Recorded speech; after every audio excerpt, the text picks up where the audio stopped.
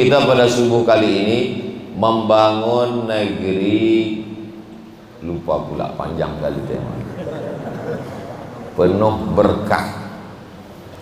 Kita kalau jumpa sama orang yang kita mintakan itu berkahnya. Assalamualaikum warahmatullahi wabarakatuh. Makan yang kita minta itu berkahnya. Allahumma barik lana. Kalau ada orang umurnya bertambah, yang kita mintakan berkahnya, barakallahu laka. Kalau ada orang nikah, yang kita mintakan itu berkahnya, barakallahu lakuma wa baraka alaikuma wa jama'a bainakuma fi khair. Lahir anaknya, yang kita mintakan itu berkahnya, barakallahu laka fil mauhub wa syakartal wahib wa ruziqta birrahu wa balagha asyuddahu. Berkah, berkah, berkah. Saking kan populernya kata berkah ini di Indonesia, nama air berkah, nama toko berkah, merek baju berkah. Sampai-sampai kalau anak kita nanya, ya mak apa arti berkah? Pokoknya udah berkah, usah kau tanya-tanya lagi.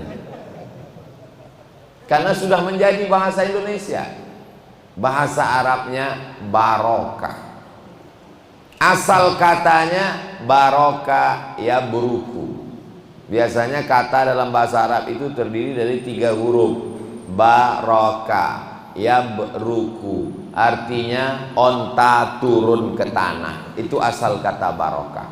Saya punya tanah, Habib punya tanah, Pak Hasan Basri punya tanah, ibu punya tanah. Ini tak disebut ibu, merajuk balik pula. Ada 4 petak tanah, datang onta.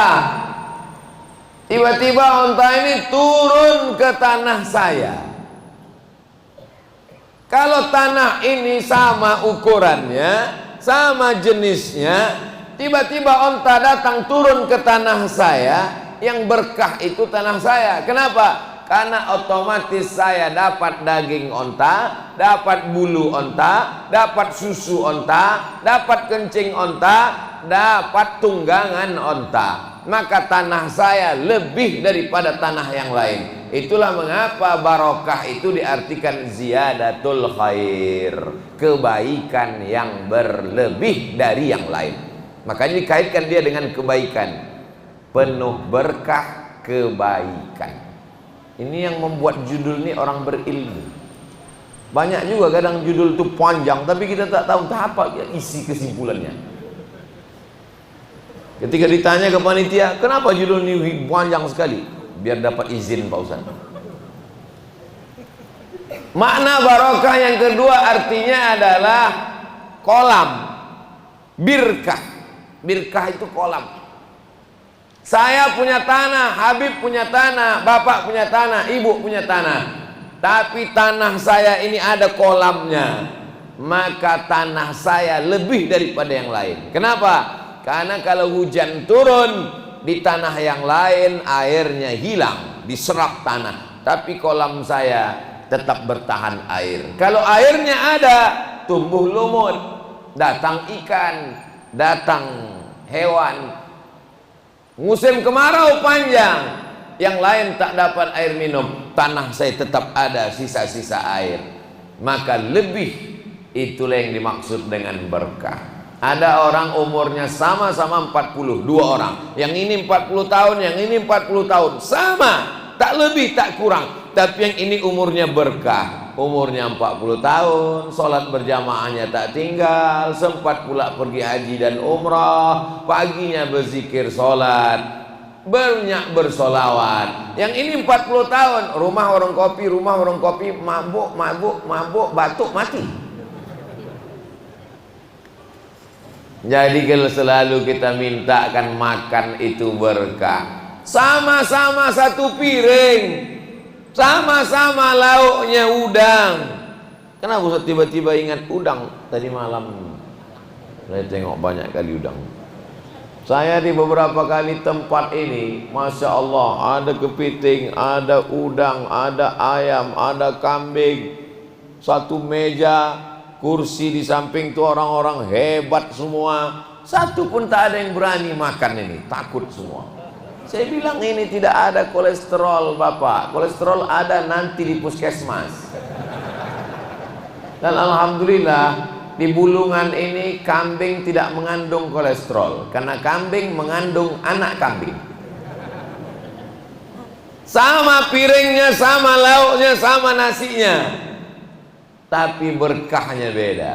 Yang ini dimakan menjadi darah daging, yang ini dimakan tak ada berefek apa-apa, ada barokahnya. Makanya kita disuruh makan itu minta barokah. Allahumma barik lana, sepiring ini menjadi berkah, menegakkan tulang belakang. Orang beriman itu makannya gunanya liyuqima sulbahu, tegak tulang belakangnya, supaya bisa dia bangun malam usolli sunnatat tahajud raka'ataini lillahi ta'ala Allahu Akbar, supaya bertenaga dia, bisa dilangkahkannya kakinya ke masjid, supaya lantang suaranya, bisa dia menyuarakan hak dan batil.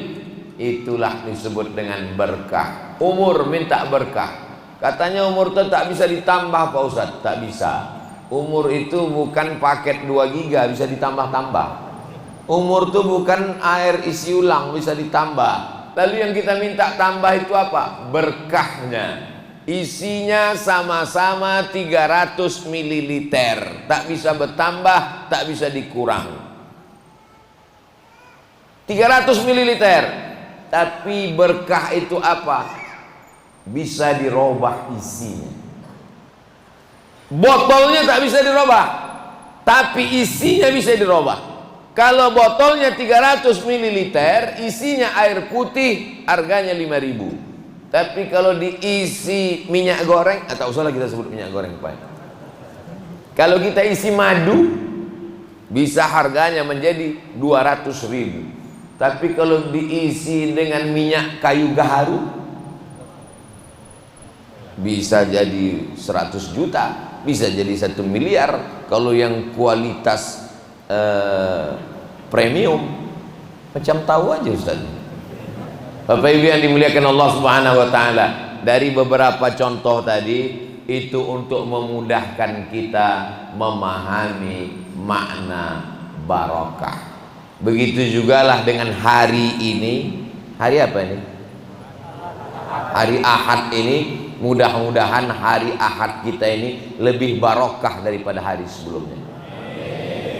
Kenapa lebih barokah? Nabi menjamin, Allahumma barik li ummati fi bukuriha, berikanlah berkah pada umatku di waktu paginya. Siapa yang bangun paginya lebih awal, itulah orang yang paling banyak berkahnya. Makanya nenek moyang kita dulu selalu berpesan sebelum Islam datang, sebelum bawa-bawa Allah, sebelum bawa-bawa Rasulullah, sebelum bawa-bawa agama Islam, apa pesan nenek moyang kita dulu? Jangan kau bangun siang-siang, nanti rezeki kau dipatok ayam. Sekarang ayam pun kesiangan, saking udah parahnya dunia. Tak boleh kita bangun kesiangan, katanya nanti rezeki kau dipatok ayam. Rezeki orang sekarang dipatok ayam, diterkam kucing, diambil tikus. Dia tak mendapat apa-apa lagi. Ternyata orang-orang barat itu bangun pagi, disiplin, on time, tepat waktu. Orang kita ngikut orang barat yang datang ke tempat kita pas waktu libur. Orang barat itu aslinya di kampungnya rambutnya rapi, pakai jas, pakai dasi, on time, tepat waktu. Pas libur rambutnya panjang, tak mandi-mandi, kusut macam sumbu kompor. Tidur siang pagi malam mabuk. Itulah yang diikut orang kita. Pas lagi libur, pas lagi on time-nya dia di kampung alamannya, bangunnya pagi luar biasa. Indonesia, Malaysia, Brunei Darussalam, Thailand, Singapura, di seluruh negeri Asia Tenggara ini, setelah diadakan survei, yang paling cepat bangun paginya Singapura. Saya jujur, walaupun tak bisa masuk situ tetap saya sebut. Dan ternyata negeri yang paling maju, walaupun dia tidak beriman kepada Allah, walaupun tak percaya kepada Rasulullah, kalau diamalkannya ucapan Rasulullah itu, dia pasti akan maju.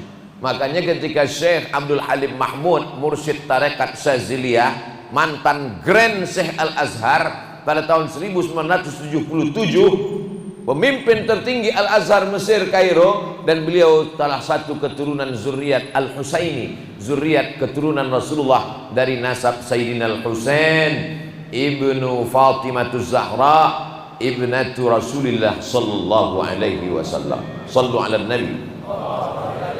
Apa kata beliau? Aku melihat Islam di Eropa tapi tak ada muslim. Di kampung halamanku banyak muslim tapi tidak Islam. Kenapa? Mengaku muslim, bapaknya muslim, ibunya muslimah, tapi bangunnya siang. Alhamdulillah, di Bulungan Masya Allah semuanya bangun pagi, kota sudah hidup. Tadi parkir banyak sekali. Di tempat lain banyak juga parkir panjang begitu, saya lihat truk-truk rupanya mau nunggu solar. Tapi di Bulungan tadi saya curiga, ini dekat pom bensin ini, rupanya tidak. Ramai orang sholat subuh berjamaah. Masya Allah, tabarakallah. Mudah-mudahan subuh besok begini juga. Dari bunyi aminnya ada hiringan senyum sedikit. Tabassumika fi wajhi akhika shadaqah. Senyummu ke wajah saudaramu adalah shadaqah. Jadi kalau prinsip orang beriman itu dia berkah, maka dapat dipastikan semua amalnya itu ada ziyadatul khair, kebaikan-kebaikan. Rezeki kita mintakan berkahnya. Makanya tadi doa, Allahumma inna nas'aluka salamatan fid din wa afiatan fil jasad wa ziyadatan fil ilmi wa barakatan. Minta barokah pada rezeki. Ada orang rezekinya sebulan 5 juta. Anaknya bisa sekolah TK Quran, SD Quran, SMP Quran, SMA Quran. Istrinya bisa belanja makan berkah, enak, kenyang, tentram, adem, ayem, tentram. Ada pula duit sempat ditabung bisa berangkat umroh. Tapi ada orang gajinya 50 juta, 2 malam hilang. Orang minum kopi, dia minum sabu. Habis. Apa maknanya? Tak ada berkahnya. Orang menyebut duit ini, kau nih duit ini kenapa cepat betul habis? Inilah aku pun heran, duit minta duit apa nih? Duit tuyul dimakan nyiblorong.